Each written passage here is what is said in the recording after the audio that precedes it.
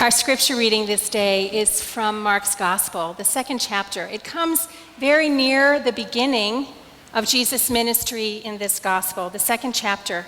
As you listen to this story, pay attention to the four friends. I invite you to listen for God's living word. When Jesus returned to Capernaum after some days, it was reported that he was at home. So many gathered around that there was no room for them, not even in front of the door, and he was speaking the word to them. Then some people came, bringing to him a paralyzed man, carried by four of them. And when they could not bring him to Jesus because of the crowd, they removed the roof above him. And after having dug through it, they let down the mat on which the paralytic lay. When Jesus saw their faith, he said to the paralytic, "Son, your sins are forgiven." Now some of the scribes were sitting there questioning in their hearts, "Why does this fellow speak in this way? It is blasphemy. Who can forgive sins but God alone?" At once Jesus perceived in his spirit that they were discussing these questions among themselves, and he said to them, "Why do you raise such questions in your heart?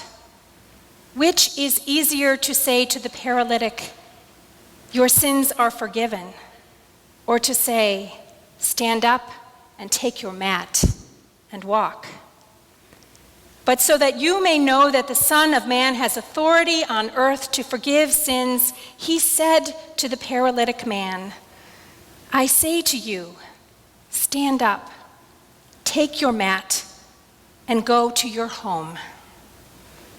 And he stood up and immediately took the mat and went out before all of them, so that they were all amazed and glorified God, saying, 'We have never seen anything like this.'" This is the good news.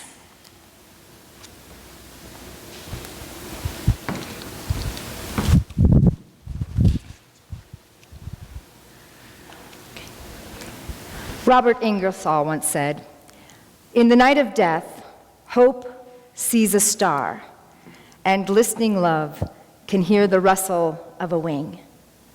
That is why we're here today, finding the light of hope in some of our darkest hours.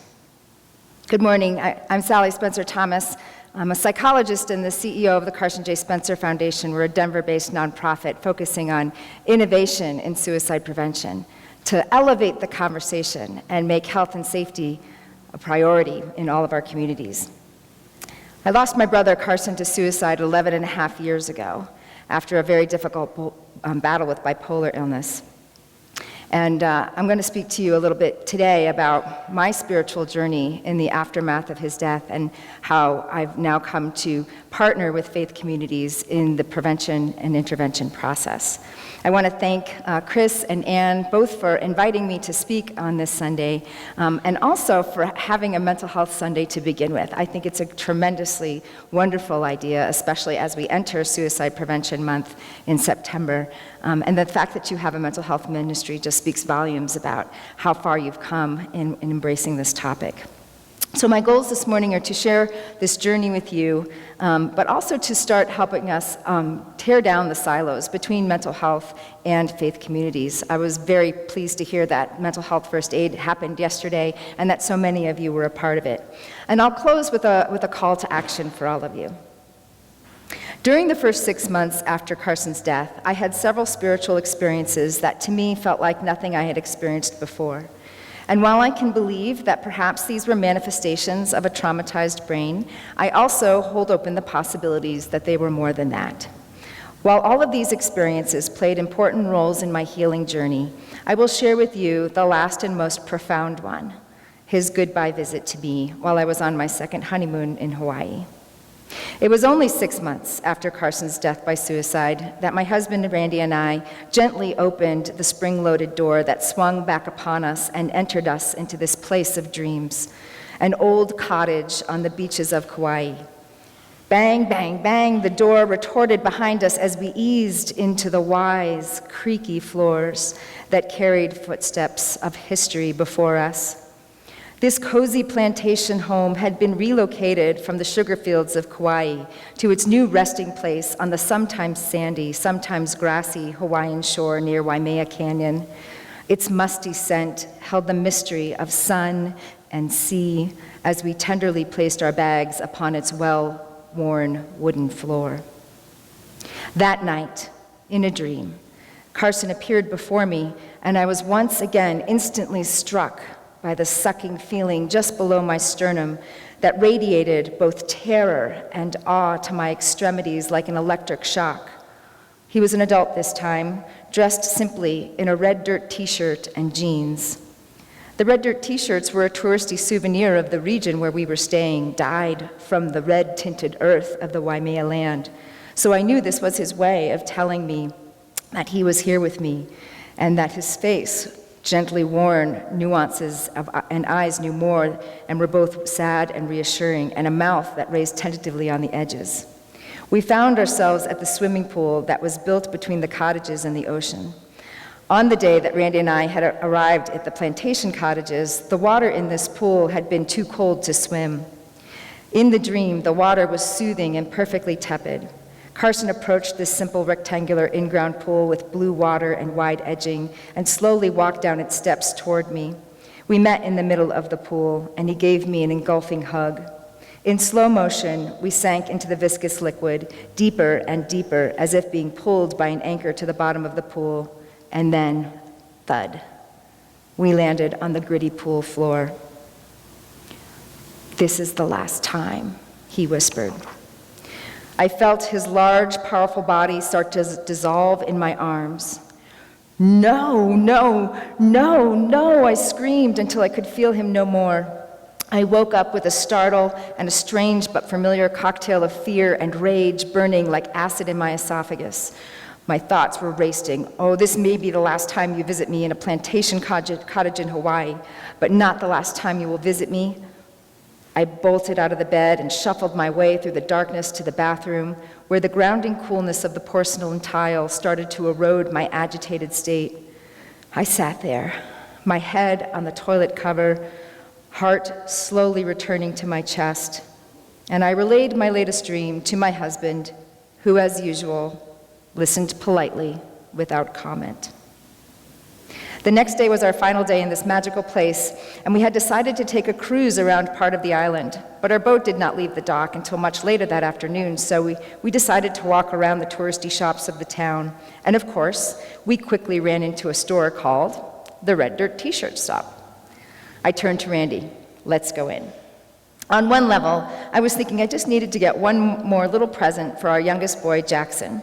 I had bought our other two sons little Hawaiian shirts, but I had not found one small enough for our 8-month-old. On another level, I was hoping one more mystery might emerge. I turned to the back rack, flipped through the options until I found what I was looking for, and then headed to the counter. I stood in line behind a woman who was speaking with the clerk behind the counter loud enough for me to hear. She spoke of the clerk's daughter, who had apparently just died, and of a doctor who had taken his life, apparently out of remorse for not saving the girl. Then it was my turn at the counter. Before I even put my purchase up, and with a long line of people behind me, I said, "I had a dream last night. My brother, who died by suicide, was in it wearing a red dirt t-shirt, and now I'm here. I just overheard your conversation, and I think I'm supposed to talk to you." Without missing a beat, she said, "Your brother is fine." I felt the air releasing from my lungs, like a balloon that had been untied. "The man I was just speaking about," she said, "the doctor, he also visited me in my dreams after my daughter died, asking for forgiveness," and I said, "Of course." I thanked her, paid her for my little Hawaiian suit, and walked out the door. I turned to Randy and said, "See, I just can't make this stuff up." Since that dream, I've not had the same intensity of what I believe to be a connection with my brother's spirit. What those experiences gave me, however, was a belief that there's something more than we can understand in this spiritual realm while we are in our current existence. I believe my brother was doing his best to ask for forgiveness and to say the goodbyes he didn't get to say in life. I am reassured that his spirit is okay, that his soul has moved on to other things, and that I'll be seeing him again someday, hopefully far away from now, when my life is over. Before my brother died, I did not have a spiritual framework that supported these beliefs, but now I do. This was his gift to me. Because of these experiences, I find myself talking to him often, asking him for clarity and courage like others might talk to God. And like many others, I'm learning to develop a new relationship with my loved one. He isn't gone. Our relationship has just changed. Now, after my brother died, I knew within a few weeks, maybe 5 or 6 weeks, that this was going to be my life calling, that I was going to be doing important work in suicide prevention for the rest of my days. I started sharing our story, my brother's story, almost, within 6 months after his death. It took me 8 years to share the story that I just shared with you publicly. I had tremendous shame and questioning about my own sanity, about what spirituality really meant. And as soon as I did, the walls just came down and everybody was sharing with me similar experiences that they had. And within a year of that, publicly sharing that story, we started a research study to understand how spiritual experiences like this help in people's healing journey. And we now have a database of 1,700 survivors of suicide loss from around the globe that have shared similar stories, and we're analyzing these data and publishing them in peer-reviewed journal articles. My healing journey wasn't just from these encounters with my brother's spirit, but was also very much based with support from my own faith community, Jefferson Unitarian Church in Golden, Colorado. Just hours after hearing of my brother's death, our senior minister, Peter Morales, reached out not only to me, but to my entire family, none of the others who are part of our faith community, and made sure that we had the support that we needed in our grief and trauma. He delivered a eulogy that both honored the life that was lived without moving away from the tragedy of suicide and the wake that it left behind it. Peter and the pastoral care team followed my family closely for months following my brother's death to make sure that we had support. And as we started in our healing, our church also moved into a place of becoming stronger advocates, both within our faith walls and in the community. We started a mental health wellness coalition, participated in community events, and even began a tradition around the holidays of lighting candles and having a somber holding ceremony for people who were going through deep, tough times. And like this community, I'm very proud for the leadership that was shown both for our family and in the community. Now, when my brother died, I was actually teaching leadership development at the Regis University, and I had a graduate student who was also very interested in the intersection of faith and mental health. And he and I together published a book in 2008 called The Role of Faith Communities in Suicide Prevention, a guide for faith leaders. And we really explored the very unique contributors that faith communities have in this conversation about suicide prevention, not only in the grief response, which comes naturally, I think, to a lot of faith communities, but also in prevention and intervention. There are lots of unique things about all kinds of faiths that can contribute to these pieces. First, there's universally in all the world's faith traditions, there are tenets of faith that really are about the sanctity of living and the importance of reaching out. And people can hold on to these core beliefs when they are going through difficult times.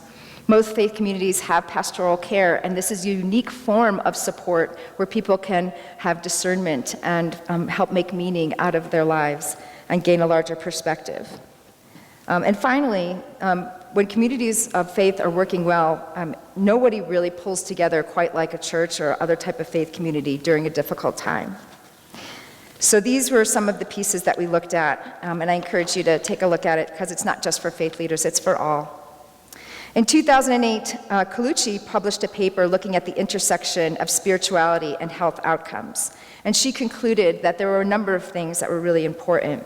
Number one, that most faith communities provided supportive, integrated communities that promoted healthy lifestyles, having reflection and peace and rest, and things like prayer and meditation that actually evoked physiological mechanisms that elicit relaxation and improve coping.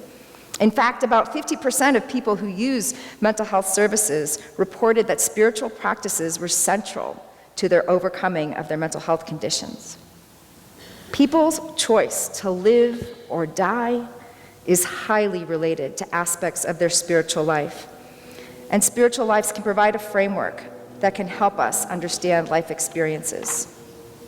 That said, when people experience the unfathomable loss of suicide of someone close to them, many of them lose faith. They question. There's anger and confusion. This is often what happens with all kinds of trauma. But when a trauma like suicide shatters core beliefs, many people find themselves turning away from a faith tradition that had given them much structure, comfort, and connection before. Sometimes, many well-meaning faith-based statements offered during times of distress, while not intended, can make things worse. Things like, God will never give you more than you can handle, or it's God's wish, or no cross, no crown. When the faithful bank on these adages and they don't work, confusion abounds. Spiritual beliefs aren't always easy to maintain when your life has been shattered or stripped bare. The pastoral experts that I spoke to all expressed the same belief. Grief and all the complication emotions that come with it do not express a lack of faith in God. Rather, if we are present with it, grief can lead to a very much deeper understanding. Barb Roberts, the author of Helping Those Who Hurt, a handbook for caring and crisis, reminds those who find themselves losing faith in the aftermath of suicide that, quote, "The Lord is close to the brokenhearted and saves those who are crushed in spirit." Psalm 34:18. As I mentioned, we work with a number of youth. We have a program called The Fire Within that is in a number of high schools across the state of Colorado and is piloting nationally. And in this program, we empower the youth to be leaders and champions of change in their communities. And we also teach them a number of things that help build resiliency and coping so that when they or the ones that they love find themselves in suicidal despair, they know how to have conversations, they know how to reach out, and they know the resources in their community. There's a model of suicide risk developed by Dr. Thomas Joyner, and if any of you are really interested in understanding what happens when a person becomes suicidal, I really encourage you to read his book, Why People Die by Suicide, Dr. Thomas Joyner. In this book, which was a game changer for the field of suicidology, Thomas outlines a model. He also bereaved by suicide, lost his father about a couple of decades ago now, and when he was a young graduate student at Florida State University. And he made resolve in that moment to go to war against suicide, and his weapon was going to be science. And as he looked out at all the peer-reviewed journal articles covering risk factors and warning signs, he found that there were 200 known risk factors for suicide, and he said, while that might be intellectually interesting, that's not useful. There's no one who can walk around with 200 things in their head when they're trying to have a conversation with someone and be empathic and compassionate and present. So he looked for common pathways in all of these risk factors, and he found that there were 3. And when they overlap, when they come together, the person is at much higher risk for death. So on one hand, we have a desire for suicide, which seems like a no-brainer, right? You have to have a desire for suicide to be at risk for suicide. But it turns out half of our college students, by the time that they're 21, half of our college students have had thoughts of suicide. It is a common way of coping with overwhelming life stress and despair. It's a common way. If I just wasn't here, all of this pain would go away. Just having the desire for suicide does not put people at risk. In fact, it can be a life-changing event as people can reprioritize what's happening in their life. The other piece is that they have the capacity to die by suicide. So I want to, and I can. And Thomas really flips conventional wisdom on its head. He says it's not a cowardly act. In fact, those most at risk for dying by suicide are actually fearless. They are, tend to be reckless, risk-taking people. And again, they're not necessarily at risk for suicide, but when they get a desire, they become increasingly at risk. Within the desire category, though, there are 2 things that drive desire for suicide. Of all these risk factors, 2 common things. One is what he calls perceived burdensomeness. Perceived burdensomeness, the idea that I believe that my death is worth more to the people who love me than my life is. Again, turning conventional wisdom on its head. Thomas said, this is not a selfish act. In the minds of the suicidal person, it's selfless. They believe everybody's going to be relieved if they're not here. Now, the perceived word matters because most people who are in suicidal despair are experiencing a mental health crisis. And when our brains are compromised by addiction or depression or bipolar illness or anxiety, we don't have the same clarity, we don't have the same ability to generate solutions to our problems or see ourselves objectively. The second piece of an increased desire for suicide is what he called thwarted belongingness.